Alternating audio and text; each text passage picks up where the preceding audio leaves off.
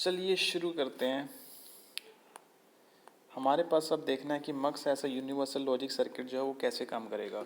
तो हमने क्या किया, हमने 2:1 मक्स ले लिया और इनपुट में हमारे पास एक ये लाइन हो जाएगी और I1 हो जाएगा दूसरा इनपुट, एंड हमारे पास सेलेक्ट लाइन है S और आउटपुट में आ जाएगा हमारा Y।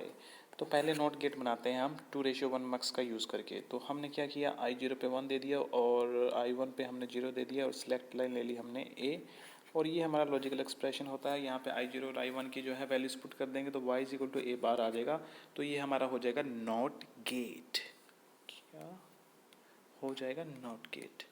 मतलब जब भी हम A1 0 होगा तो आउटपुट में 1 मिलेगा, A1 होगा तो आउटपुट में 0 मिलेगा। Okay, let's move to and gate.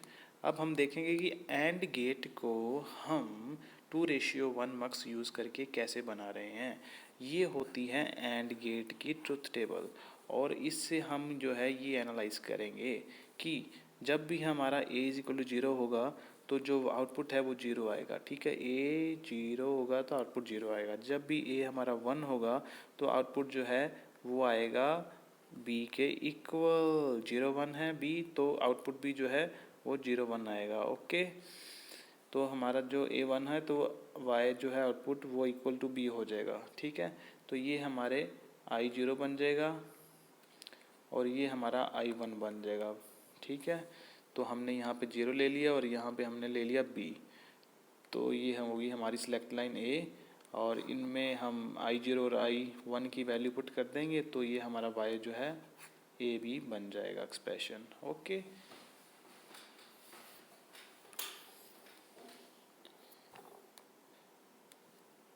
अब देखते हैं और गेट। तो और गेट को 2:1 मक्स को यूज़ करके हमें और गेट बनाना है।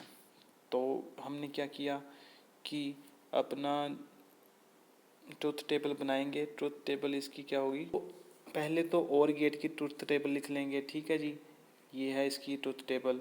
तो इसमें हम देख रहे हैं, अच्छे से भली भांति से देख पा रहे हैं कि जब हमारा A 0 होगा तो उस केस में जो हमारा आउटपुट है वो 0 1 आ जाएगा, जो कि इक्वल टू है B के।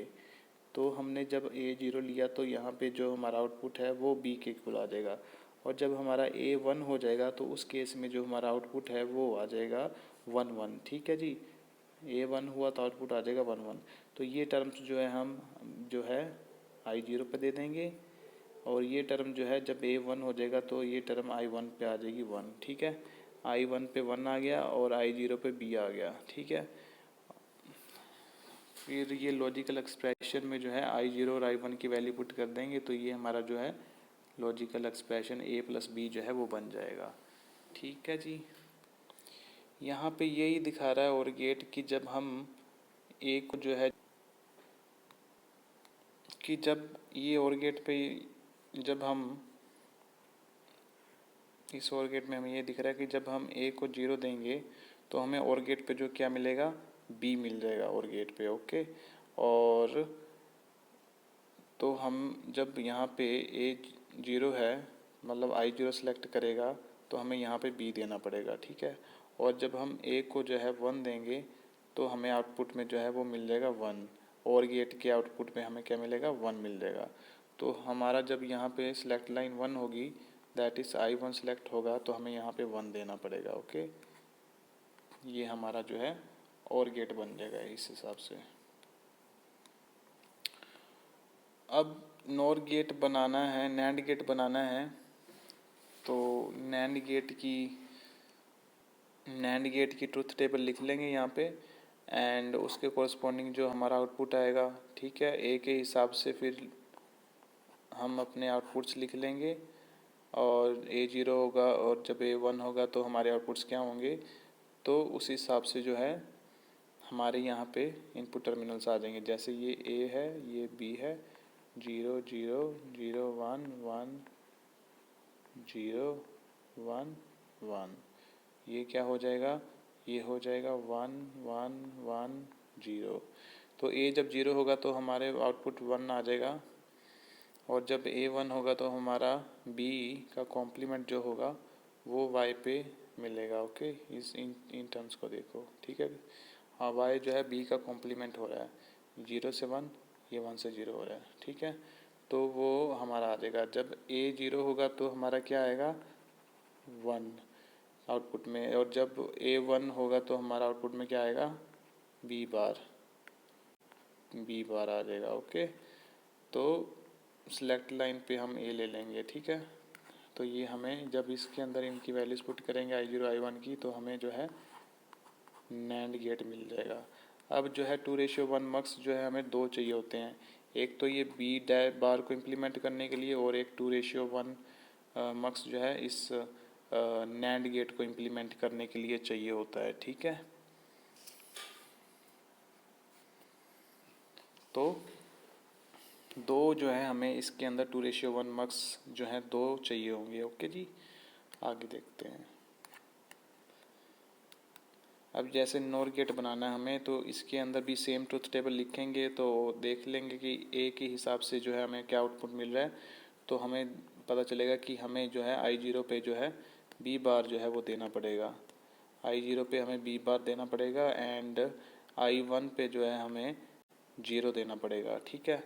और हमारा जो इस लॉजिकल एक्सप्रेशन में I0 I1 की वैल्यू पुट करेंगे तो ये हमारा जो है लॉजिकल एक्सप्रेशन बन जाएगा। और 2:1 मक्स जो है एक यहाँ पे लगेगा नॉर गेट को बनाने के लिए, एक जो ये बी बार टर्म है इसको बनाने के लिए एक 2:1 मक्स जो है वो लगेगा, जो कि नोट का काम करेगा और बी को बी बार में कन्वर्ट कर देगा, ठीक है। Number of 2:1 mux to implement NOR is 2, ठीक है जी। ये बी बार जो है ये भी तो बनाना पड़ेगा ना बी बार, तो बी हमारे पास आएगा, उसका बी बार बनाएंगे हम, ठीक है। और वहाँ पे भी हमारा एक 2:1 मक्स जो है वो लग जाएगा, जो कि नोट गेट का काम करेगा। वहाँ पे नोट गेट को बनाने के लिए 2:1 मक्स जो है वो एक 2:1 मक्स ये होता है, ठीक है।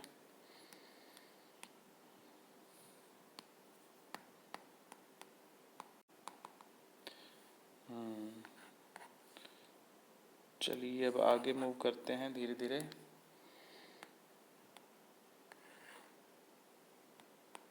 अब जैसे यहाँ पे एक्सोर गेट है, तो इसका ट्रुथ टेबल लिखेंगे।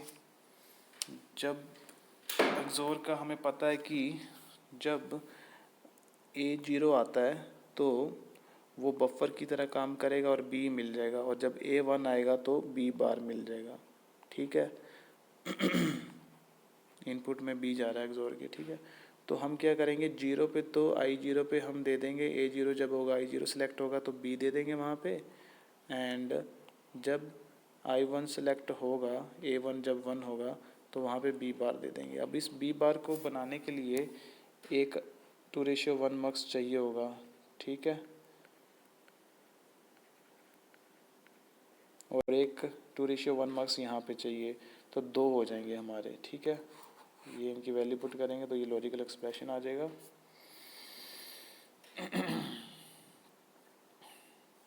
ओके, चलो आगे देखते हैं।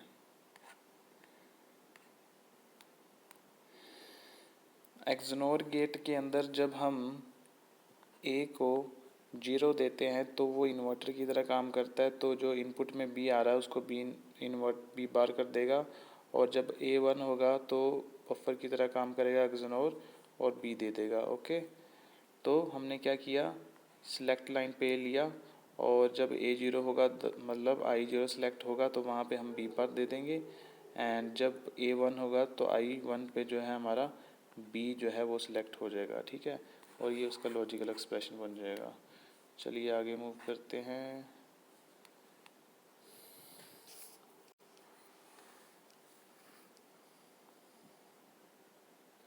To implement two input exclusive OR gate and gate minimum number of 2:1 mux required. तो ये कितने आ जाएंगे, 2 एक्सोर के लिए आ जाएंगे, 2 चाहिए होंगे 2:1 मक्स, और एंड गेट को बनाने के लिए हमें एक ही चाहिए होगा, ठीक है। अब नोट करना है कि नोट एंड और गेट को बनाने के लिए हमें 2:1 मक्स जो है एक ही चाहिए, और अगर हमें नैंड नोर एक्सोर एक्सनोर बनाना है तो हमें जो है 2 चाहिए होंगे 2:1 मक्स। ये इम्पोर्टेंट पॉइंट्स हैं, इनको याद रखना, ठीक है।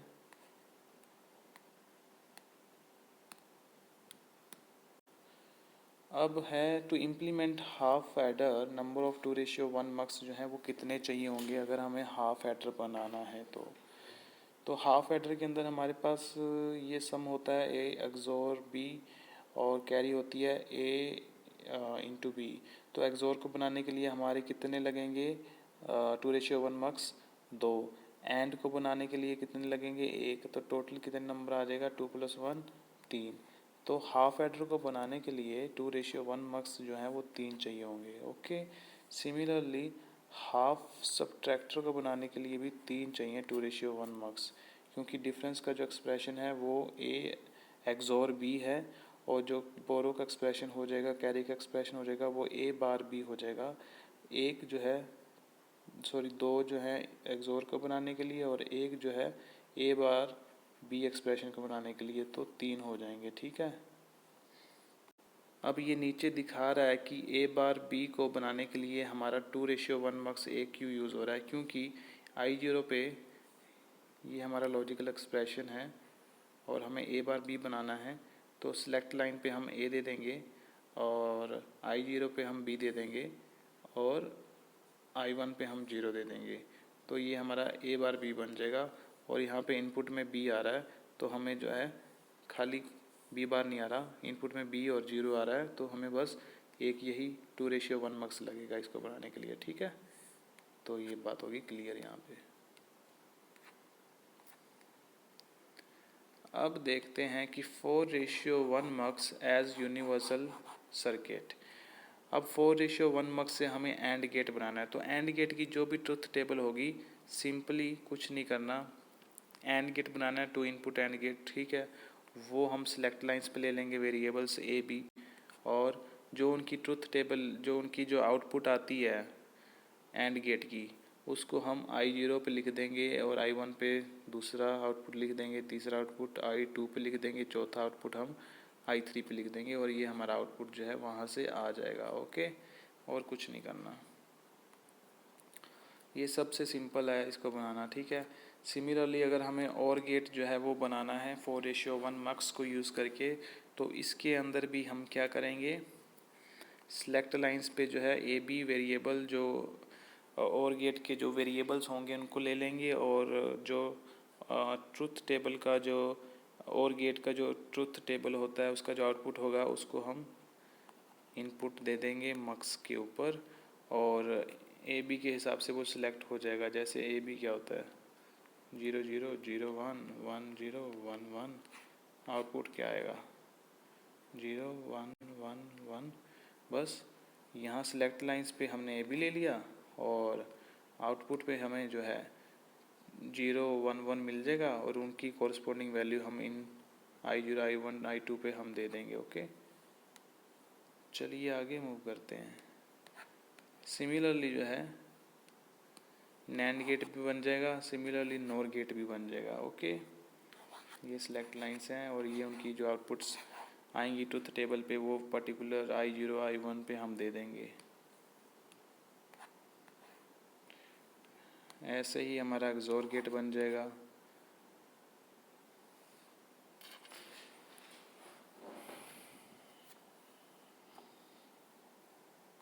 अब यहाँ पे नोट करने वाली बात यह है कि हाफ एडर को बनाने के लिए 4:1 मक्स कितने चाहिए होंगे। एक हमारे को चाहिए होगा एक्सोर के लिए और एक चाहिए होगा एंड के लिए।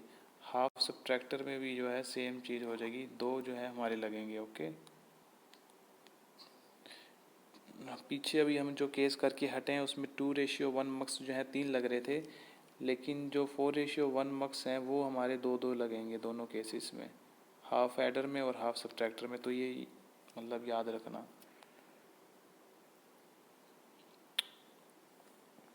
यहाँ पे जैसे लिखा हुआ है हाफ एडर हाफ सब्ट्रैक्टर को 5 जो है नैंड और नोर गेट्स लगते हैं बनाने के लिए। हाफ एडर हाफ सब्ट्रैक्टर को 3 जो है 2:1 मक्सेस लगेंगे बनाने के लिए। हाफ एडर हाफ सब्ट्रैक्टर को 2 4:1 मक्स लगेगा बनाने के लिए। ओके, इसको याद रखना।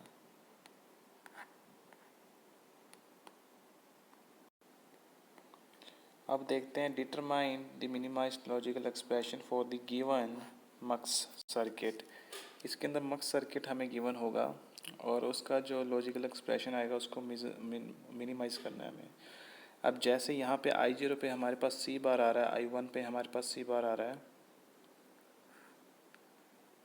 ओके, एंड I2 और I3 पे हमारे पास C आ रहा है, और हमारा S0 S1 पे जो है सिलेक्ट लाइंस A B हैं, तो हम ये जो है लॉजिकल एक्सप्रेशन वो बना लेंगे। फर्दर इसको मिनिमाइज़ करेंगे तो हमारा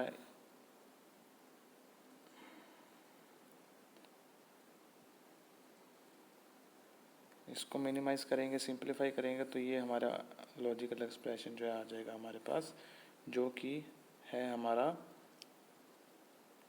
ये ऑप्शन। ठीक है, चलिए आगे देखते हैं। अब जैसे ये क्वेश्चन गिवन है, तो एक हमारे पास मक्स सर्किट गिवन है जिसके I0 पे C है, I1 पे 1 है, I2 पे 0 है और I3 पे जो है क्या है C बार। तो Y जो है वो लिख देंगे ऐसे, और इनमें I0 और इनकी वैल्यू पुट कर देंगे, I0 I1 I2 3 की, और उसके बाद उसको सिंप्लीफाई करना शुरू कर देंगे। ठीक है जी, और बूलियन अलजेब्रा लगा देंगे और ये हमारे पास एक्सप्रेशन आ जाएगा। और जो हमारे पास ये बना यहाँ पे, जो ये हमारे पास एक्सप्रेशन आया y का, इसका हम के मैप भी बना सकते हैं। तो के मैप बनाएंगे तो ये हमारी मिन टर्म्स आ जाएंगी और इनकी ग्रुपिंग कर देंगे, और जो कॉमन टर्म्स होंगी वो हमारी ऐसे आ जाएंगी। ठीक है, ये रिडंडेंट टर्म हो जाएगी। ठीक है जी, बूलियन अलजेब्रा में रिडंडेंट टर्म जो है वो आ जाती है।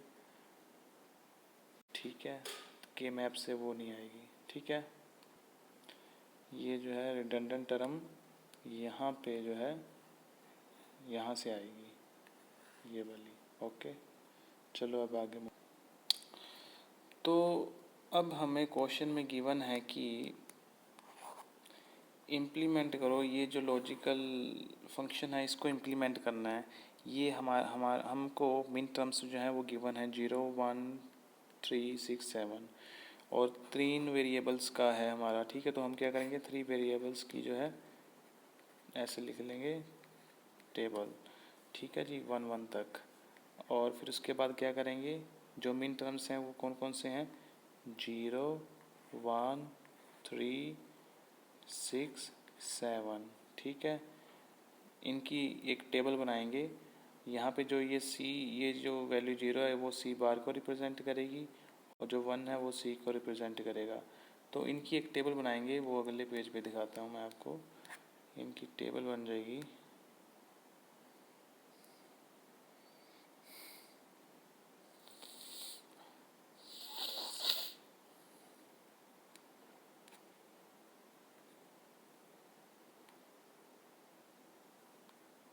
और हमें पता है कि ए बी जो है वो हमारी सिलेक्ट लाइन है। ए बी जो है वो हमारी सिलेक्ट लाइन है, ये गिवन होगा क्वेश्चन के अंदर। ठीक है, फिर हम क्या करेंगे कि ए बी को सी जो है सी बार और सी लिख लेंगे इस कॉलम में। तो ऐसा एक कॉलम बना लेंगे और जो हमारा सिलेक्ट लाइंस हैं वो हम यहाँ पे लिख लेंगे A B, A bar B, A B bar, ऐसे ऐसे करके। ठीक है, ये आ जाएगा, ए बी आ जाएगा। ठीक है, तो इनके कॉरस्पॉन्डिंग ए बार बी बार के कॉरस्पॉन्डिंग हमारा जो है वो है I0 और इसके कॉरस्पॉन्डिंग I1 है, जा तो ये लिख लेंगे। तो फिर हम क्या करेंगे, इनकी जो है नंबरिंग कर देंगे। ए बार बी बार सी बार जो है वो 0 0 है, तो वो 0 हो जाएगा। ये जो है ए बार बी सी बार, तो ये कॉलम जो है क्या हो जाएगा, ये कॉलम हो जाएगा हमारा 2। ठीक है, ऐसे इसकी नंबरिंग कर देंगे हर एक कॉलम की। फिर उसके बाद जो हमारे मिन टर्म्स हैं, जो हमें क्वेश्चन के अंदर गिवन है मिन टर्म्स, यहाँ पे कौन कौन से मिन टर्म्स गिवन है, ये वाली इनको हम एनसर्कल कर देंगे उसके अंदर। अब ये इस ग्राफ के अंदर वो मिन टर्म्स जो हैं वो सारी एनसर्कल हो जाएंगी। और तो क्या होगा इसके बाद ये होगा कि यहाँ पे दोनों देखो, इसके अंदर दोनों एनसर्कल हो रहे हैं, तो ये हमें 1 दे देगा, I0 पे 1 आ जाएगा। और I1 के कॉलम में खाली ये सर्कल हो रही है C के कॉरस्पॉन्डिंग, तो ये C आ जाएगा I1 पे। I2 के कॉलम में कोई भी सर्कल नहीं हो रही, तो ये I2 पे 0 आ जाएगा। I3 के कॉलम में दोनों सर्कल हो रही हैं, तो वहाँ पे 1 आ जाएगा। ओके, तो हम इनके कॉरस्पॉन्डिंग ये वैल्यूज़ जो है लिख देंगे ऐसे। तो ये हमारा जो मक्स होगा वो इस लॉजिकल एक्सप्रेशन को, मिन टर्म्स को इम्प्लीमेंट कर रहा होगा। ओके,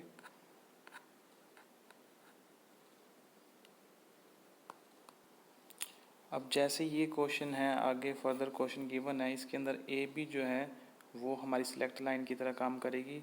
और ये हमें जो है क्वेश्चन गिवन है जो अभी हम करके हटे थे। ठीक है,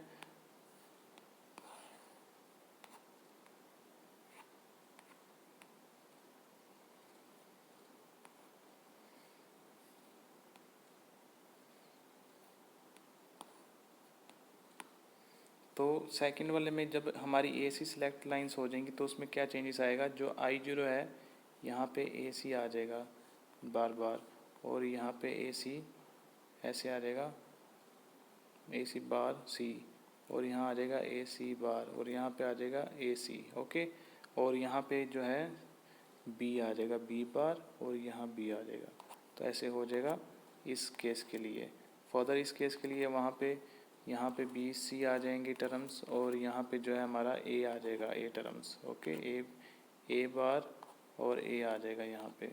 और फिर उसके बाद जो उनकी नंबरिंग करेंगे उस हिसाब से उनको एनसर्कल कर देंगे जो मिन टर्म्स होंगी, और वो 1 आ जाएंगे। अगर दो एक कॉलम में दोनों एनसर्कल हो रही हैं तो 1 आ जाएगा, और अगर एक ही एनसर्कल हो रही है तो उसके कॉरस्पॉन्डिंग जो भी वैल्यू होगी वो आ जाएगी यहाँ पे आउटपुट में। ओके,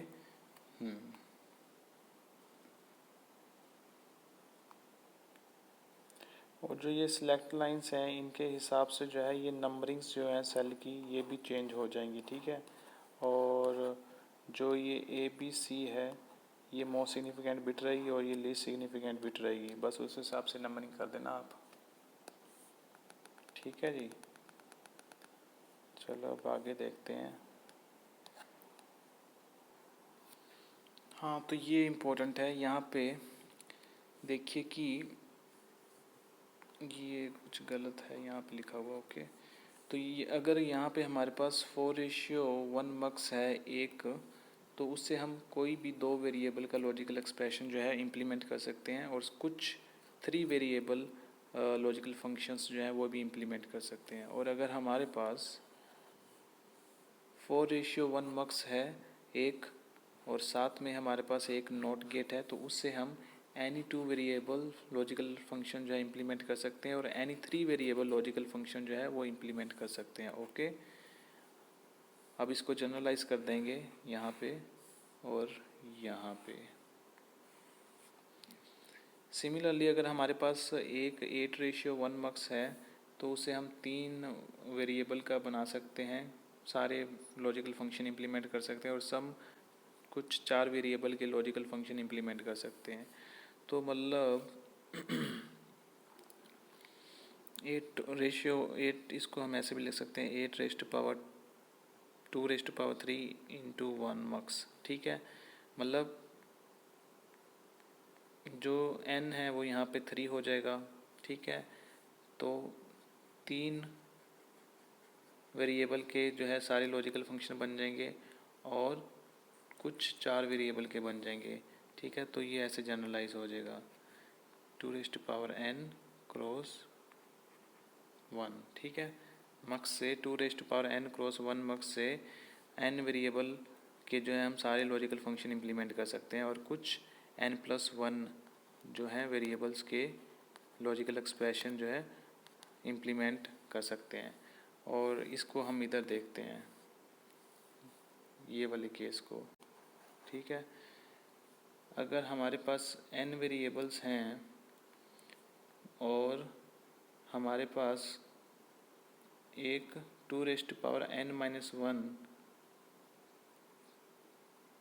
क्रॉस 1 मक्स है और एक नॉट गेट है, तो उससे हम n वेरिएबल के सारे लॉजिकल फंक्शंस जो हैं उनको इम्प्लीमेंट कर सकते हैं।